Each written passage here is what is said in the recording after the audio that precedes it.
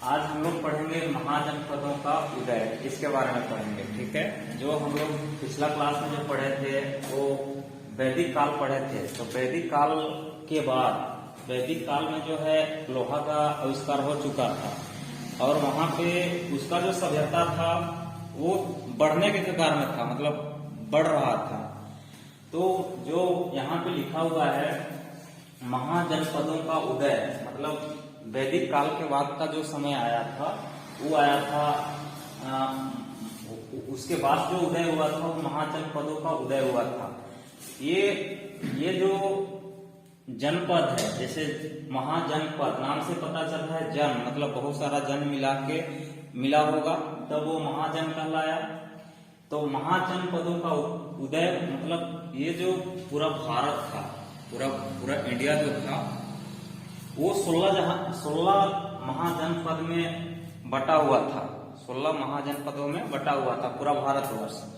लेकिन अगर हम बढ़िया बारीकी से देखेंगे तो जो इसका जो मुख्य स्थल था, मतलब जो महाजनपद जो बटा हुआ था उसका जो मेन जगह था वो कहाँ था? बिहार था, यूपी था, और जो यूपी और बिहार था। ठीक है, उसके बाद जो महाजनपद, जैसे अगर हम बात करेंगे बिहार का, तो बिहार में 3 महाजनपद है, यूपी में कितना 8 महाजनपद है, मध्य प्रदेश में 1, राजस्थान में 1, दक्षिण भारत में सिर्फ 1 है, और भारत से बाहर कहेंगे मतलब है कि जो वर्तमान में भारत से बाहर है वो कितना जनपद है? 2 जनपद है, मतलब महाजनपद। तो अगर हम बढ़िया से देखेंगे तो इसका ये जो महाजनपदों का उदय, जो महाजनपद का जो उल्लेख मिलता है, ये कहाँ से मिलता है?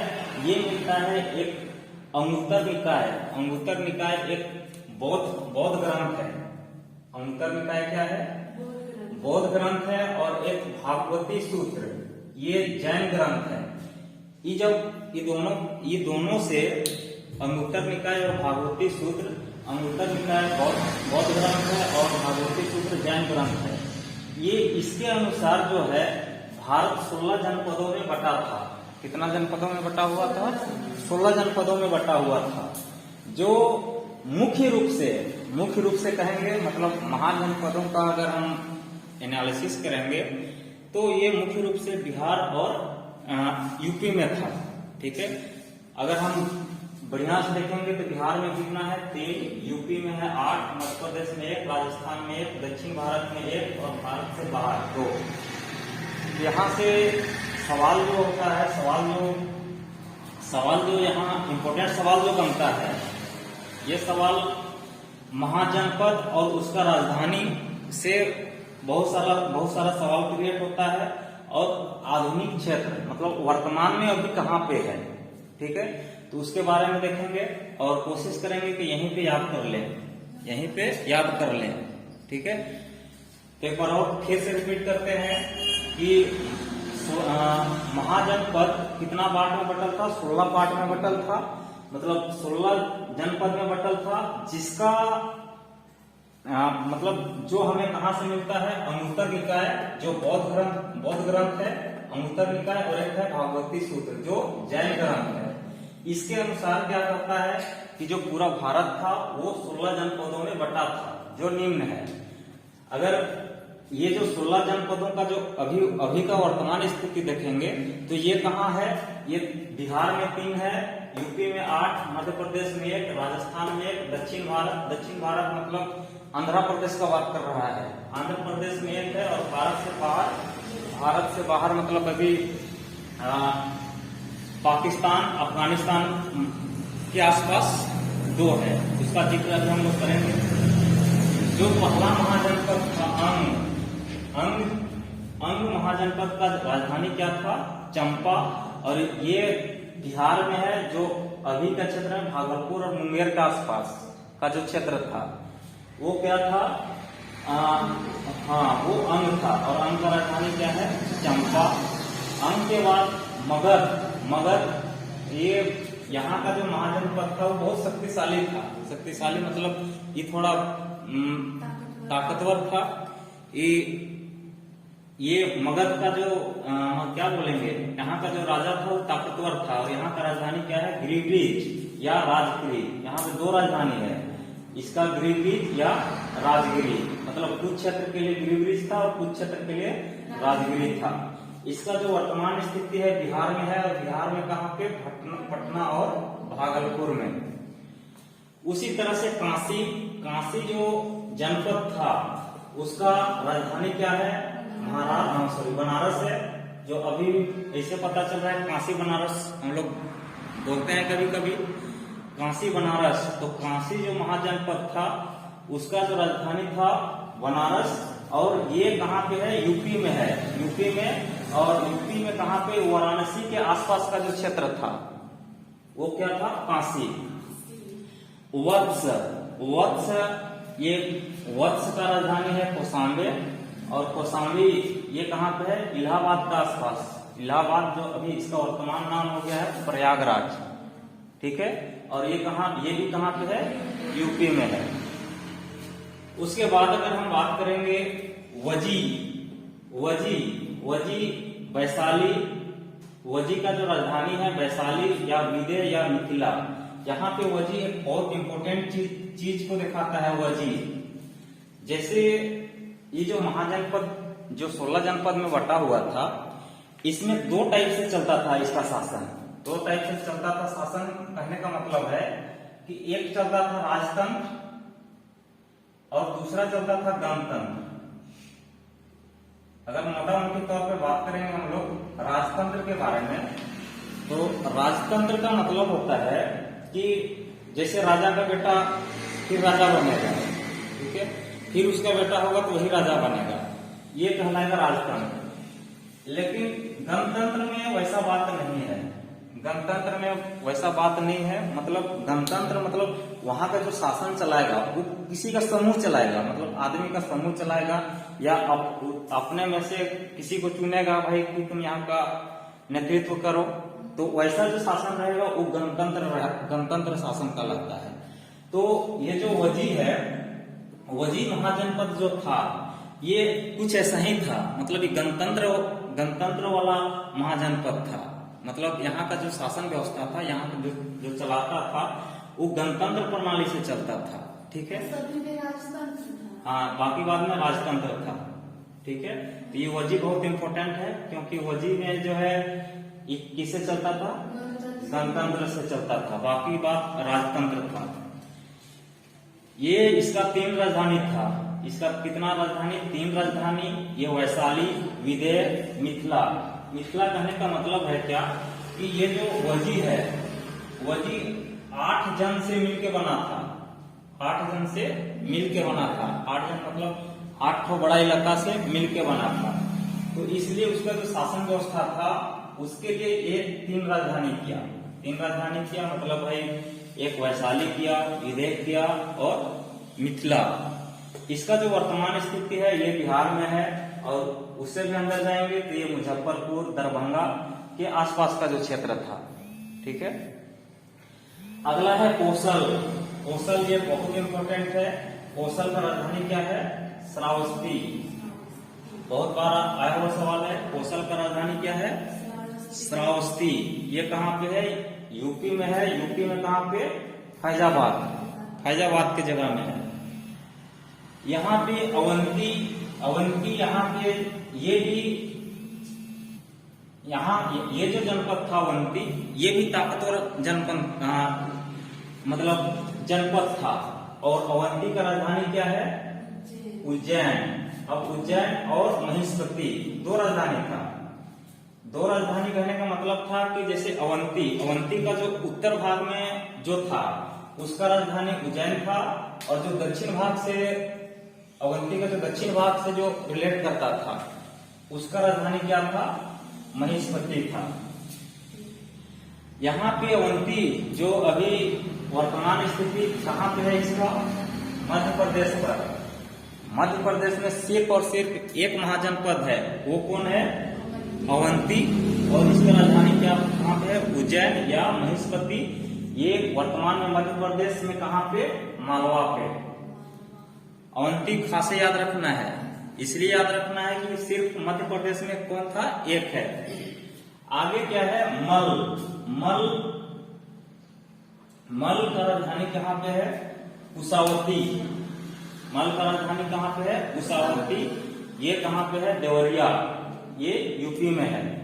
यहाँ पे कुशावती से एक बात याद रख लेना, जब गौतम बुद्ध का जो मृत्यु हुआ था वो कहाँ पे हुआ था, कुशामती या कुशीनगर में हुआ था, ठीक है। तो वहीं से याद रखना कि मल का जो राजधानी है वो कहाँ पे है, कुशावती, जो वर्तमान में कहाँ पे है, देवरिया पर है। देवरिया मतलब यूपी पर है। फिर अगर हम बात करेंगे आगे पंचाल, इसका राजधानी था अहिच्छत्र या कमीपल्य, जो अभी वर्तमान में बरेली, बुंदायू, फर्रुखाबाद ये आसपास का क्षेत्र था, जो वर्तमान में किस स्टेट में है, यूपी में है।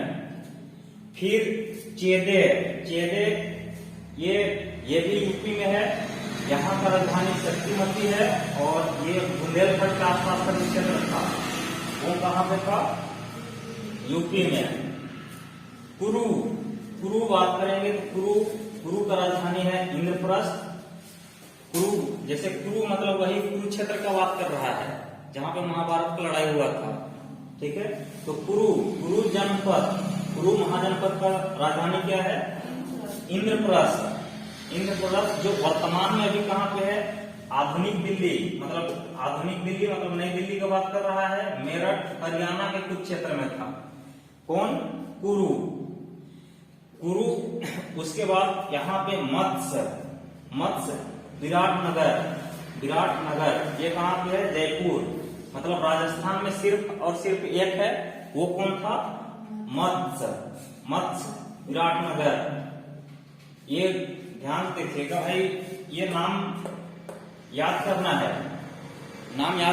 मतलब किसी भी तरीका से याद करना है।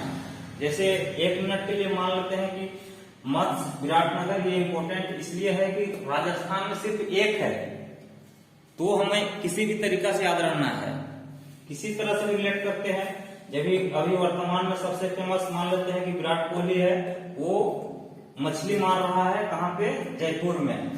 तो मत्स्य रिलेट क्या हो गया, विराटनगर, और इसका वर्तमान स्थिति कहाँ पे है, जयपुर राजस्थान में। उसके बाद ये कंबोज का जो राजधानी है ये हाटक है। ये क्या है, हाटक। और कंबोज का राजधानी जो हाटक है ये राजौरी एवं हजाए क्षेत्र में है, जो भारत से बाहर है। भारत से बाहर कहने का मतलब है कि ये अफगानिस्तान और पाकिस्तान के कुछ इलाका में है ये क्षेत्र, ठीक है। कौन, कंबोज भारत से बाहर है। दो बाहर है, 2 महाजनपद बाहर है, कंबोज और एक है गंधार, ठीक है। उस समय ये दोनों भारत में ही मिला हुआ था, इसलिए भारत में ही लिखा गया है। तो वर्तमान स्थिति में कंबोज और गंधार दोनों भारत से बाहर है। कंबोज का राजधानी क्या है, हाटक, जो वर्तमान में राजौरी एवं हजाए क्षेत्र में है, मतलब वो भारत से बाहर है। आगे अगर हम बात करेंगे तो सुरमैन का राजधानी है मथुरा। सुरमैन का राजधानी क्या है, मथुरा। और मथुरा अभी वर्तमान में भी मथुरा ही है, जो यूपी में है। ये अस्मक का 2 राजधानी था, एक कोटली और एक था पोतन। ये गोदावरी नदी के क्षेत्र में था। गोदावरी नदी के क्षेत्र में या वर्तमान में कहेंगे तो इसको आंध्र प्रदेश।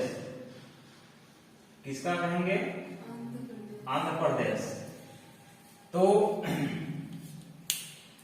आंध्र प्रदेश में भी सिर्फ एक है। आंध्र प्रदेश में क्या है, सिर्फ एक है, वो अस्मक है। अस्मक कोटली या पोतन, ये कहाँ पे है, गोदावरी नदी के क्षेत्र, मतलब गोदावरी नदी के अगल बगल का क्षेत्र है, जो कहाँ पे है, अभी आंध्र प्रदेश में है। ये गंधार का राजधानी है तक्षशिला। क्या है, तक्षशिला। ये रावलपिंडी और पेशावर ये पाकिस्तान में है।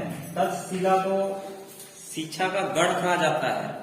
शिक्षा का गढ़ कहने का मतलब हो गया भाई कि मतलब शिक्षा जो है मतलब शिक्षा मतलब यहाँ पे तक्षशिला में शिक्षा मतलब शिक्षा के बारे में बहुत जोर दिया जाता था।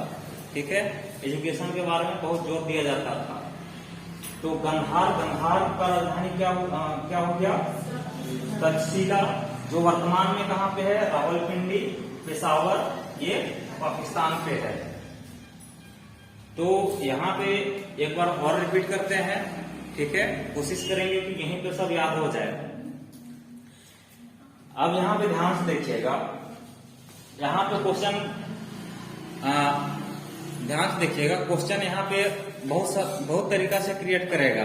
जैसे पूछ देगा कि 16 महाजनपद में गंधार का राजधानी क्या था? तो गंधार का राजधानी क्या था? तक्षशिला। अभी पूछ देगा कि गंधार वर्तमान में कहाँ पे है? तो वर्तमान में रावलपिंडी, पेशावर या फिर मोटा मोटी तौर पे कह देगा तो पाकिस्तान में है कह देगा।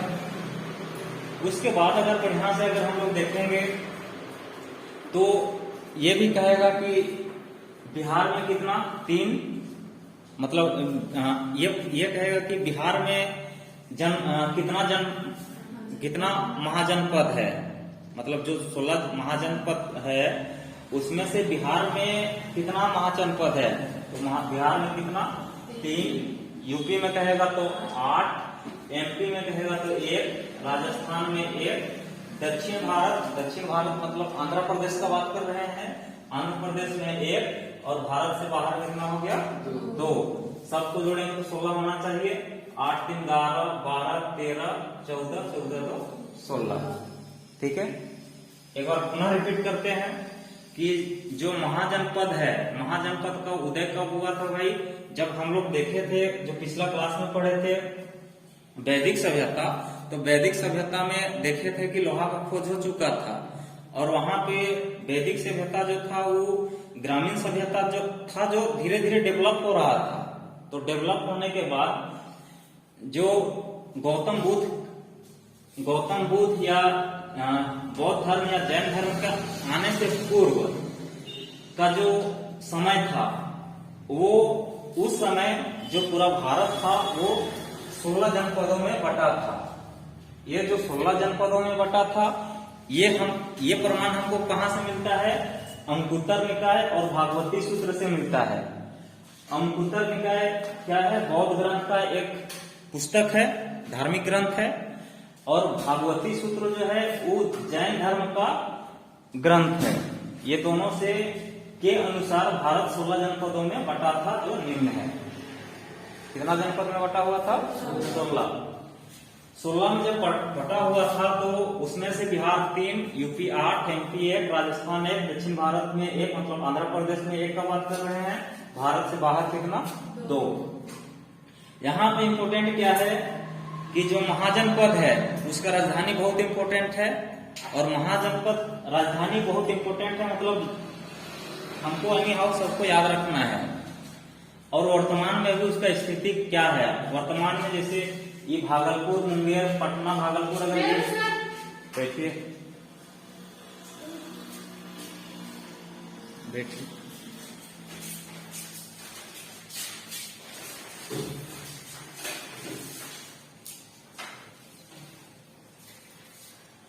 लिख लिए, ध्यान से देखिएगा एक बार और।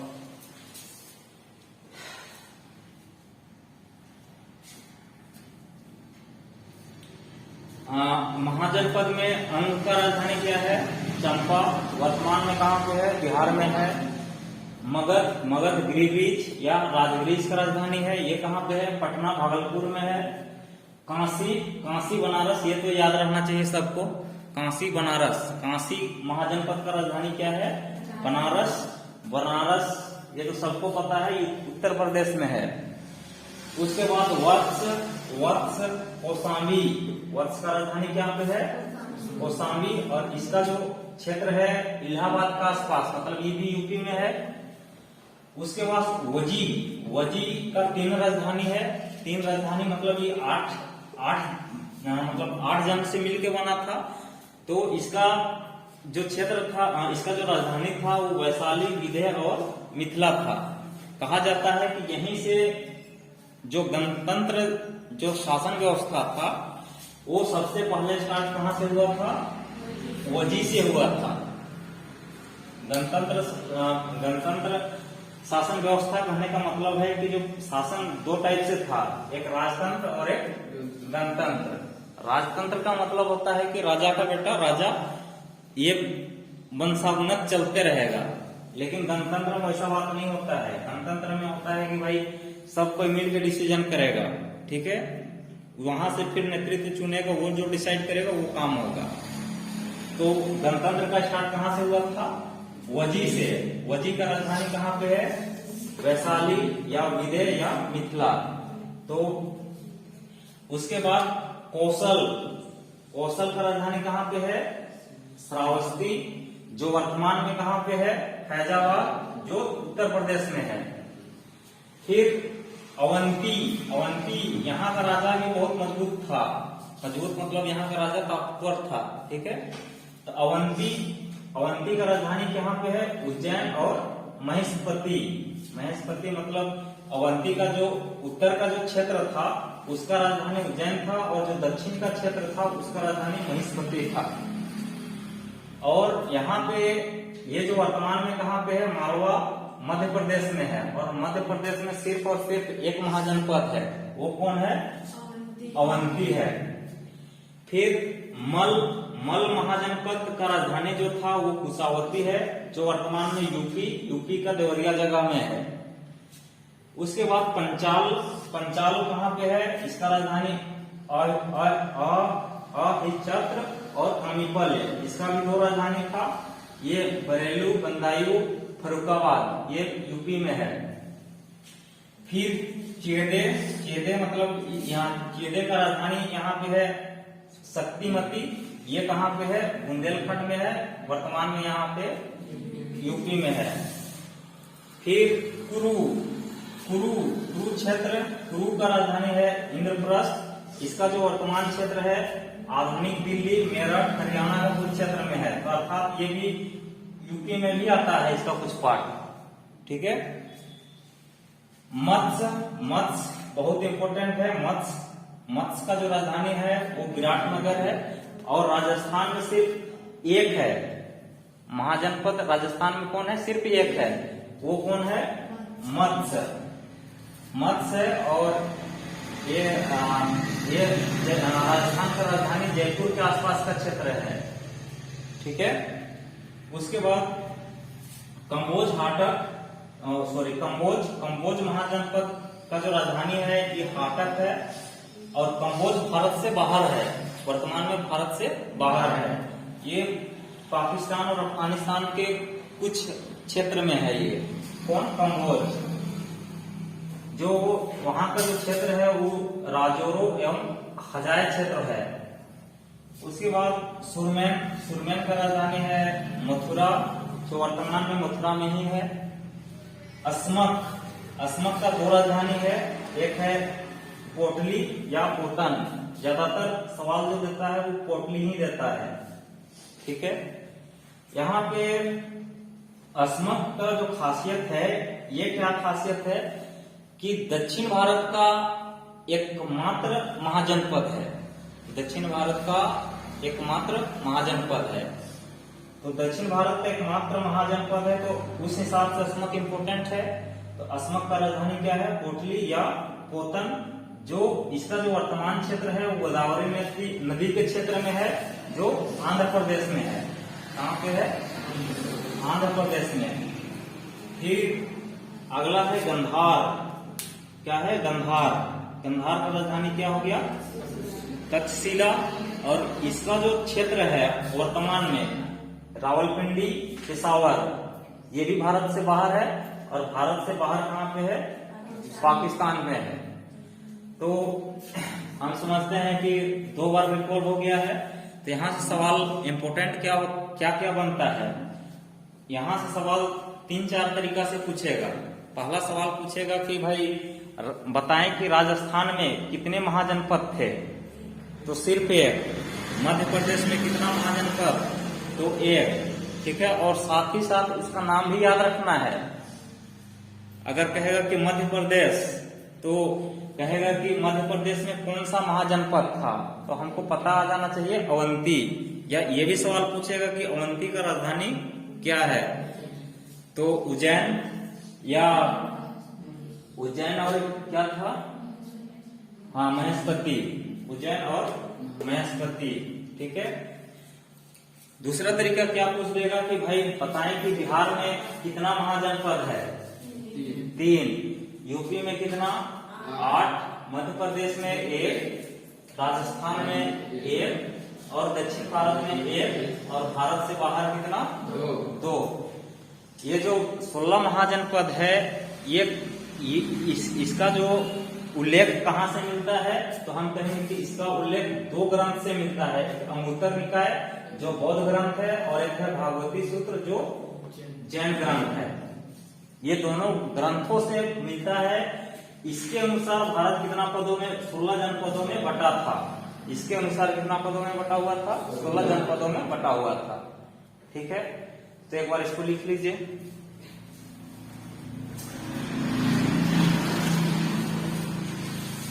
उसका संस्थापक क्या था, इसमें कितना तीर्थंकर हुआ, ये सब के बारे में चर्चा करेंगे। तो जैन धर्म को जो संस्थापक है वो कहा जाता है, जैन धर्म का संस्थापक क्या था, ऋषभदेव था।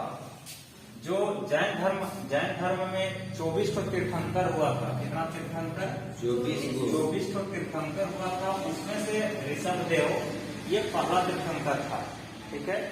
ये 24 तीर्थंकर में जो भी इम्पोर्टेंट तीर्थंकर है उसको हम लोग याद करेंगे, और उसको किस चिन्ह से दिखाया जाता था, मतलब उसका जो प्रतीक चिन्ह था उसके बारे में हम लोग देखेंगे यहाँ पे।